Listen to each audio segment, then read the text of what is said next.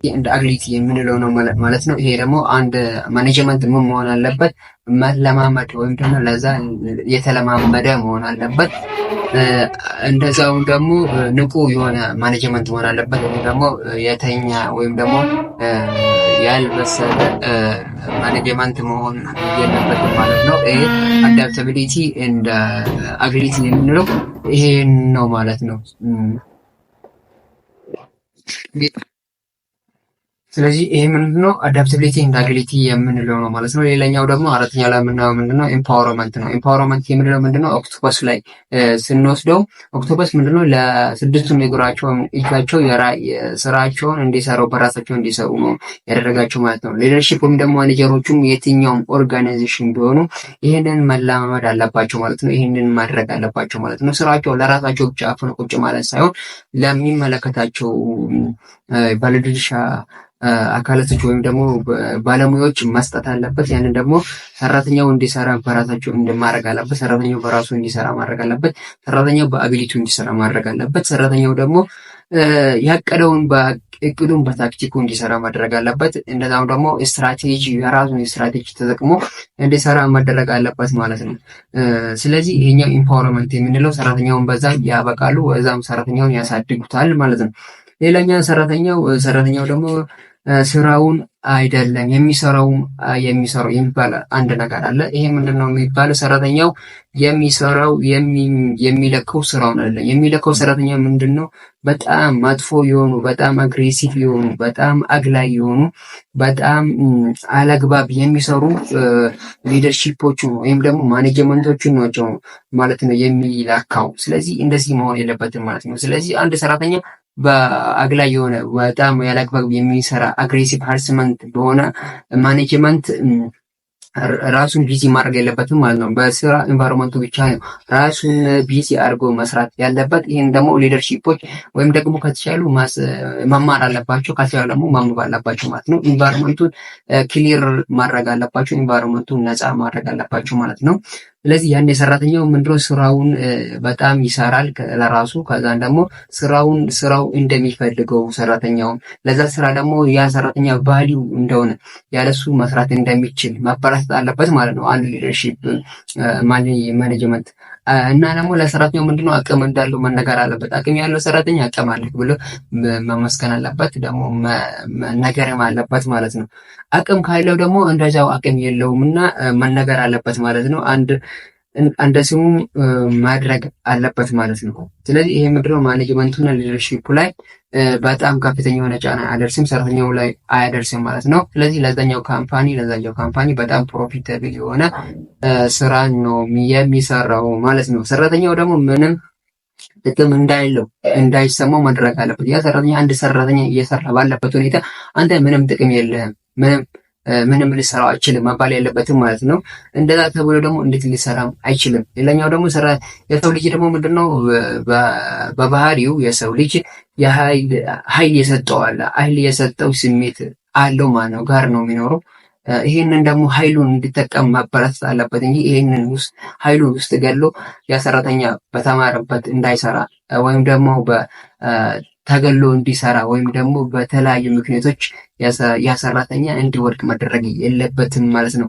ስለዚህ አቅም የለህም እየተባለ ደግሞ ሰራተኛ እንዲሰራ አይችልም ማለት ነው። በዚህ ሁኔታ ኤፊሽንሲ እና ፕሮዳክቲቪቲ ኦፍ ዘ ፕሮዳክት የካምፓኒ ሊጨምር አይችልም ማለት ነው። እንደዛውም ደግሞ የካምፓኒ ፕሮፊታቢሊቲ ሊያድግም አይችልም ማለት ነው። ስለዚህ የካምፓኒ በጣም ወደ ውድቀት ነው የሚሄደው ማለት ነው። ስለዚህ አንድ ሰራተኛ ለዛ የሚሰራው ቦታ ላይ ሰፖርቲቭ እንደሆነ በጣም ጥሩ እያገለገለ እንደሆነ እንዲሰማው መደረግ አለበት ማለት ነው። ስለዚህ ስራው የሱ አስተዋጽኦ እንዳለበት ያለሱ አስተዋጽኦ ይህ ስራ ደግሞ መስራት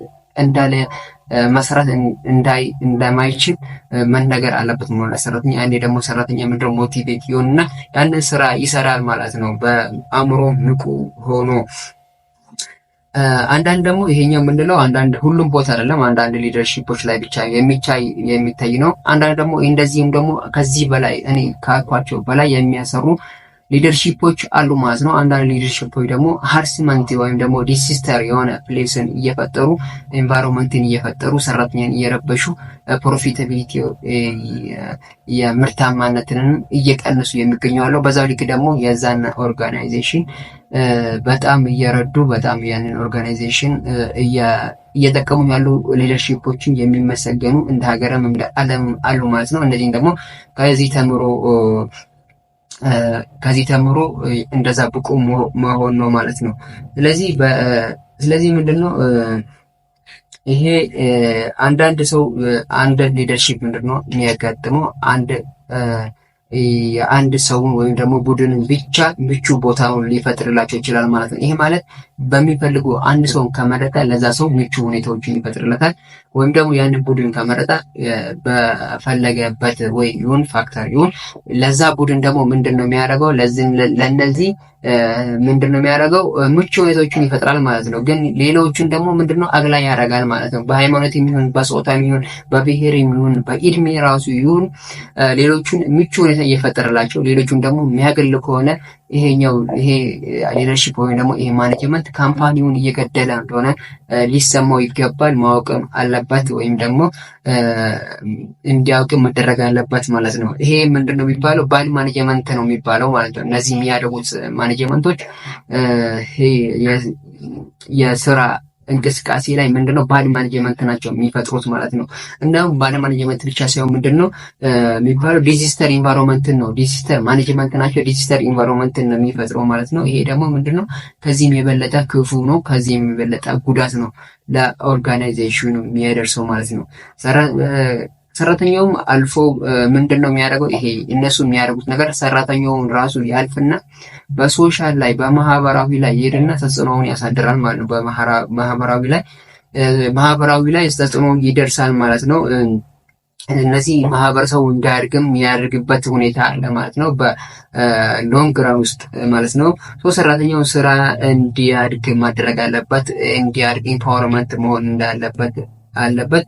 ሰራተኛው ማደግ አለበት፣ እየሰራ ማደግ አለበት። ፕሮሞሽን ደግሞ ማድረግ አለበት። የደረጃ እድገት ደግሞ መሰጣት አለበት ለሰራተኛ። ሁሌም ደግሞ በቅጣት ብቻ አላማ አንዳንድ ሊደርሺፕ በቅጣት ነው የሚያምኑት። እንደዛ ሳይሆን ሰራተኛውን ያጠፋውን ሰራተኛ ጠርቶ መምከር ከዛን ቀለል ያሉ ጥፋቶችን ከፈጸመ ደግሞ ቀለል ያለ ቅጣትን መቀጣት ከዛን ደግሞ ወደ ከባድ እየሄዱ ነው እንጂ ከአንዳንድ ደግሞ ባልሰሙና ባሰሙትን ሳያረጋግጥ ማፍረድ የለባቸውም ነው የሚለው ማነው ሳይንቲስቱ።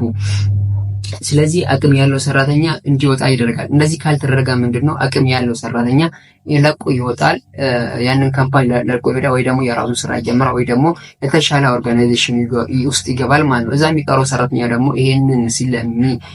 ይሄንን ይወርሳል። ከዛ ደግሞ ምንድነው እዛ ኦርጋናይዜሽኖች ውስጥ ደግሞ ምንድነው ተደጋግሞሽ የሆነ የስራ ባህሪ እንዲፈጠር ያደርጋል ማለት ነው።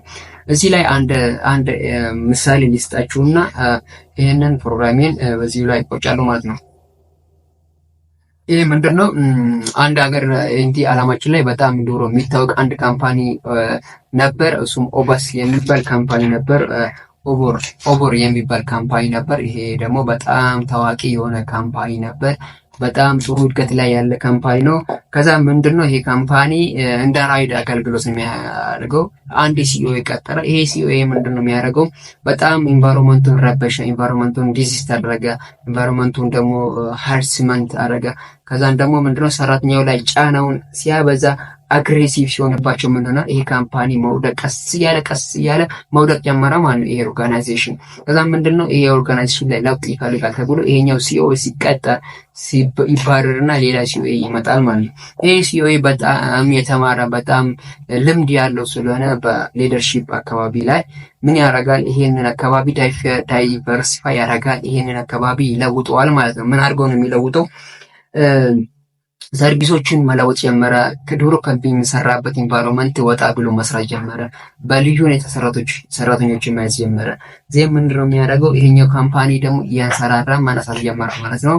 ከዛ በኋላ ይሄ ካምፓኒ በጣም አድጎ በጣም የተለየ ካምፓኒ ነው የሆነው ማለት ነው። አሁን ከዛ ሲኦ ጀምሮ ማለት ነው። ይሄን ያህል ነው ማኔጅመንቶች፣ ይሄን ያህል ነው ሊደርሺፖች ለአንድ ካምፓኒ እድገትና ለአንድ ካምፓኒ ውድቀት ያላቸው ማለት ነው። ይሄን ደግሞ ጉግል አድርጋችሁ ማየት ትችላላችሁ ማለት ነው። ይሄ ደግሞ ምንድነው የሚባለው የሚል ሬዚስተንት ወድቆ መነሳትን ያሳየ ካምፓኒ ከወድቆ መነሳትን ያነሳ ሲኦ ስለሆነ ይሄንን መተግበር አለብን ማለት ነው ብዬ ማስበው። ስለዚህ ተመልካቾች ይሄንን ካልኳችሁ በሌላ ፕሮግራም እንደሚመልስ ተስፋ አለኝ። ከዛ ደህና ሰንብቱ ነው የምላችሁ። ቻው።